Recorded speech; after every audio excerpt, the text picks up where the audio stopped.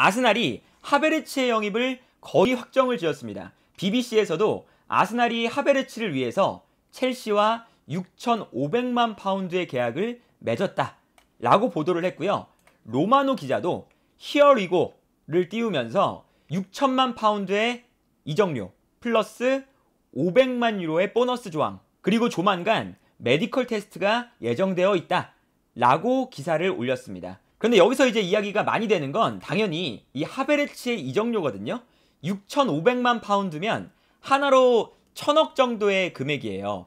그런데 하베르츠가 애초에 레버쿠젠에서 첼시로 올 때도 7,500만 파운드, 하나로 따지면 1,100억에서 200억 정도 되는 금액이거든요. 그런데 하베르츠가 최근 들어서 부진하기도 했었고, 그리고 비판을 많이 받는 선수였어요. 그런데 첼시 입장에서는 어쨌든 하베르츠가 와서 챔피언스 리그를 우승하는데 매우 중요한 역할을 했고, 그리고 최근에 비판을 많이 받고 있었고 부진한 흐름에서 하베르츠의 이적료를 영입했던 금액만큼 받고 팔 수가 있다 라는 건 첼시 입장에서 매우 좋은 딜일 수도 있거든요. 그러다 보니까 아스날 쪽에서는 첼시에서 지금 부진하고 있는 선수를 심지어 첼시가 영입했던 금액만큼을 주면서 1,000억이라는 정말 큰 이적료를 주면서 데려올 가치가 있느냐 라는 이야기가 당연히 나올 수밖에 없는 상황인데, 일단 아스날에서는 지금 하베르츠가 잘 뛸 수 있을 만한 상황적인 플랜이 만들어져 있는 상태이긴 합니다. 왜냐하면 일단 이 하베르츠의 강점은 공간으로 침투해 들어가는 것이 강점이었거든요. 그래서 레버쿠젠에서도 어떻게 뛰었냐면 이 선수가 최전방 공격수로 뛴 적이 거의 없어요. 하베르츠는 약간 오른쪽 아니면 세컨드 스트라이커 내지는 역삼각형 미드필더 라인이 만들어질 때 오른쪽 중앙 미드필더 이 자리에 나왔었거든요. 그리고 이 자리에 나왔을 때도 약간 올라가서 세컨드 스트라이커에 가깝게 뛰었습니다. 그리고 하베르츠가 이런 위치에서 뛰면서 레버쿠젠에서 잘했던 역할은 뭐냐면 앞쪽에 케빈 볼란트나 알라리오라는 선수가 있었어요. 이 최전방 공격수가 버텨주면서 상대 수비수를 약간 끌어주면 이때 발생하는 공간으로 하베르츠가 약간 이선 쪽에 빠져 있다가 공간으로 침투해 들어가면서 득점을 만들어냈었습니다. 그래서 하베르츠는 레버쿠젠에서 잘할 때도 이 선수가 사용법이 명확하게 정해져 있는 선수였거든요. 하베르츠가 애초에 드리블을 잘하는 유형도 아니고, 그리고 최전방에서 버텨주는 최전방 공격수도 아니고, 그렇다고 해서 미드필더 라인에서 창의적인 플레이메이킹이나 빌드업에 엄청나게 도움이 되는 선수도 아니었어요. 다만 이 선수의 강점은 주변에서 공간을 만들어주는 선수가 있다면 활발하게 움직이면서 자기도 이 스위칭 플레이를 같이 할 수가 있고 측면과 중앙을 오갈 수 있는 선수잖아요. 플러스 약간 빠져있다가 공간이 만들어졌을 때 공간을 향해서 침투해 들어가는 플레이가 이 선수의 최대 장점이었습니다. 그런데 첼시에서는 이 선수를 어떻게 썼냐면 애초에 투엘 감독 시절부터 첼시는 9번 공격수가 부족한 팀이었습니다. 그러다 보니까 하베르츠를 최전방 공격수로 썼죠. 그리고 투엘이 이 하베르츠를 제로톱으로 쓰면서 챔피언스리그 우승을 하기도 했지만 계속 발생했던 문제점이 하베르츠가 약간 내려와서 수비를 끌어당기고 이때 좌우 측면에 있는 공격수들이 침투한다. 이러한 플랜 자체는 좋고요. 레버쿠젠에서도 하베르츠가 제로톱으로 뛴 경기들도 몇 경기 있긴 했습니다. 그런데 하베르츠는 기본적으로 최전방에서 버텨주는 플레이를 그렇게까지 잘하는 선수는 아니에요. 애초에 이 선수가 키가 190이 넘는 선수임에도 불구하고 헤더에도 막 엄청난 장점까지 보여주는 선수도 아니고, 그러다 보니까 첼시 정도의 팀이면 최전방에서 상대 수비 라인이 내려가 있을 때 하베르츠가 박스 안에서 경합을 해주고 좀 버텨주면서 측면 공격수들이나 중앙 미드필더들이 다가올 때 볼을 받아서 건네주는 이러한 포스트 플레이의 역할도 할 수 있어야 됐는데 하베르츠가 이런 플레이를 잘 못했습니다.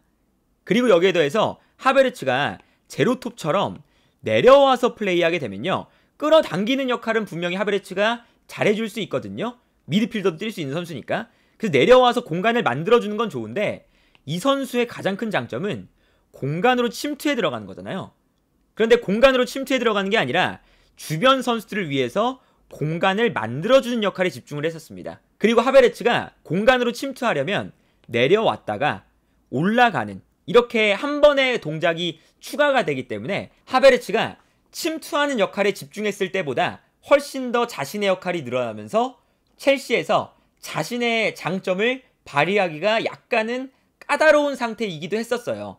물론 이적료가 1,000억 정도 발생하는 선수면 이런 다양한 역할도 충분히 소화하면서 자신의 강점이라고 할 수 있는 공간 침투까지 잘하면 좋겠지만, 어쨌든 하베르츠가 첼시에서는 공간으로 침투하는데 온전히 집중하지 못할 때가 많았었습니다. 그런데 아스날에서는 하베르츠가 침투에 집중할 수 있는 환경이 조성되어 있거든요. 일단 보시면 하베르츠가 오른쪽에서도 뛸 수 있고 최전방에서도 뛸 수 있지만, 일단 이 자리에는 제주스와 사카라는 핵심 선수들이 위치하고 있어요. 그러다 보니까 하베르츠는 아마도 아스날로 가면 자카가 떠난 왼쪽 중앙 미드필더 자리에 뛸 가능성이 매우 높습니다. 그리고 이 자리에서 하베르츠가 물론 중앙 미드필더니까 빌드업에도 도움이 되어야 하지만, 일단 이 자리는 지난 시즌 자카도 조금 더 올라가서 공격적으로 뛸 때가 많았던 자리예요. 왜냐하면 아스날은 왼쪽 풀백에 진첸코가 있기 때문에 진첸코가 안쪽으로 들어오면서 인버티드 풀백의 역할을 수행합니다. 그러면서 자연스럽게 진첸코가 안으로, 그리고 3백이 형성이 되죠. 이때 앞쪽에 있는 중앙 미드필더는 이제 하베르츠가 들어갈 자리는 조금 더 올라가서 사실상 세컨드 스트라이커처럼 뛸 때도 있어요.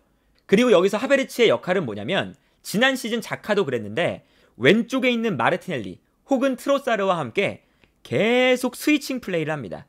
근데 하베르츠가 측면과 중앙을 오갈 수 있는 선수다 보니까 일단 여기서부터 하베르츠의 장점이 발휘될 수가 있어요. 마르티넬리가 중앙으로 들어올 때 하베르츠가 측면으로 돌아뛰거나, 아니면 마르티넬리가 측면으로 벌려주면서 수비를 끌고 나오면 이때 하베르츠가 어차피 진첸코가 뒤에 있기 때문에 공간으로 침투하는 역할에만 집중하면서 전방으로 뛰어들어갈 수가 있습니다.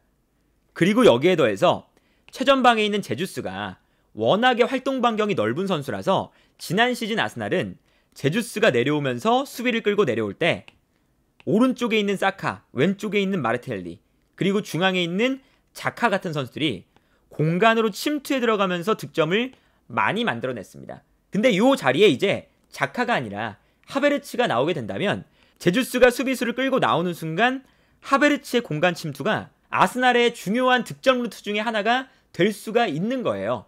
그래서 사실 하베르츠가 지금 첼시에서는 득점력이 매우 부족하다라는 평가를 받고 있고, 사실은 이 선수가 결정력이 어마어마하게 뛰어난 유형은 아니거든요. 그런데 분데스리가에서는 저 공간 침투에만 집중하면서 공간 침투는 잘해요. 그러면서 분데스리가에서는 첼시로 건너오기 전에 12골, 그 전 시즌에는 17골을 넣었습니다. 그래서 침투에서 득점한다, 요 패턴만 하베르츠가 가져간다면 분명히 괜찮은 선수고요. 그리고 아스날이 가지고 있는 가장 큰 문제점 중에 하나가 최전방에 있는 공격수들이 정말 결정력이 엄청나게 뛰어난 선수는 또 부족하거든요. 그러다 보니까 어쨌든 공간으로 침투해 들어가서 득점을 만들어줄 수 있는 자원이 조금 더 필요한 상황이에요. 사카, 마르티넬리, 하베르츠 혹은 제주스까지 다양한 자원들이 이 만들어진 공간으로 뛰어 들어가면서, 그리고 사실은 사카, 마르티넬리, 제주스, 하베르츠 이 4명의 선수가 측면과 중앙을 다 소화할 수 있는 선수들이라서 계속 스위칭을 하면서 서로에게 공간을 만들어주고 서로가 공간 침투를 할 거거든요.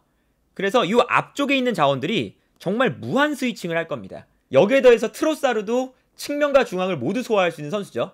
그러다 보니까 무한 스위칭을 하면서 공간으로 침투해 들어갔을 때 이 4명의 선수가 뭐 결정력이 홀란드라던가 케인이라던가 이런 선수들만큼 확실하게 한 시즌에 뭐 30골을 넣어줄 수 있는 그런 자원들은 아니지만, 어쨌든 한 시즌 동안 10골에서 15골 정도는 만들어줄 수 있는 자원들이거든요. 그러니까 이 앞쪽에 있는 선수들이 계속 무한 스위칭을 하면서 득점을 분산시켜서 넣어준다. 이러한 패턴을 아마 아스날이 원하고 있다 라고 볼 수가 있겠고요. 그리고 하베르츠가 그런 면을 생각한다면 오히려 자카보다 조금 더 요 전술에 적합한 자원이죠. 왜냐면 하베르츠는 최전방 공격수도 볼 수 있고 순간적으로, 그리고 오른쪽으로 돌아뛸 수도 있고 왼쪽으로 돌아뛸 수도 있고 일단은 요 넓은 지역에서 다 뛸 수 있는 선수이기 때문에 이 선수가 일단 아스날의 무한 스위칭 전술에 매우 적합한 선수가 아닐까라는 생각이 일단 들고요. 그리고 지난 시즌에 자카가 잘했던 역할 중에 하나가 뭐였냐면 자카가 당시에 약간 측면으로 빠져요. 그러면서 어떤 현상이 발생하냐면요. 측면에서 특히나 오른쪽 측면에서 크로스가 올라올 때 순간적으로 선수들이 박스 안으로 침투해 들어가면 이때 자카 자리에 있던 이제는 하베르츠가 뛰어야 되는 요 위치에 있는 선수가 측면으로 돌아뛰면서 오히려 마르티넬리가 중앙으로 들어가면서 이때 상대의 풀백과 공중볼 싸움을 하게 됩니다. 근데 하베르츠가 어쨌든 키가 매우 큰 선수이기 때문에 이렇게 침투해 들어오면서 머리에 맞추는 플레이는 분명히 잘할 수가 있거든요. 최전방에서 포스트 플레이, 최전방에서 주변에 있는 선수들에게 떨어뜨려주는 헤더, 이런 것들은 상대 중앙 수비수랑 몸싸움을 하면서 해야 되는 헤더기 때문에 하베르츠가 그렇게 큰 강점이 없는 선수인데 어쨌든 키가 190이 넘는 선수니까 침투에 들어오면서 상대 풀백과 제공권 싸움을 하면 분명히 여기서 이점을 가져갈 수 있는 선수입니다. 그리고 이러한 플레이로 지난 시즌에 자카가 분명히 아스날에서 꽤나 괜찮은 모습을 보여줬는데 하베르츠면 자카보다 제공권 상황에서 조금 더 업그레이드가 되는 자원이거든요. 그렇기 때문에 반대편에서 크로스가 올라올 때 하베르츠의 침투 그리고 풀백과의 제공권 싸움 이러한 것도 생각을 해보면 아스날에게 분명히 하베르츠가 좋은 공격 옵션을 제공해줄 수 있는 선수가 아닐까라는 생각이 들고요. 물론 하베르츠가 이렇게 천억임에도 불구하고 사용법이 명확하게 정해져 있는 선수이긴 하지만 일단 아스날은 그동안 진첸코, 제주스, 토미야스 이렇게 불안불안한 요소들을 갖고 있는데 이적료가 좀 많지 않느냐 라고 평가를 받았던 영입들이 어쨌든 아르테타가 자기 전술에 딱 맞는 선수만 영입을 하거든요. 그러면서 이 선수들의 단점은 가리고 장점만 극대화시켜서 지금 성과를 내고 있어요. 그러다 보니까 아스날에서도 이 아르테타의 픽을 믿어주는 게 아닌가 라는 생각이 들고요. 제 생각에도 지금 현재 만들어져 있는 이 아스날의 전술에서는 하베르츠가 자신의 장점을 충분히 발휘할 수 있는 상황이다 라는 점을 고려했을 때 아르테타가 하베르츠를 아마 매우 잘 활용하지 않을까 라는 생각이 일단은 드네요.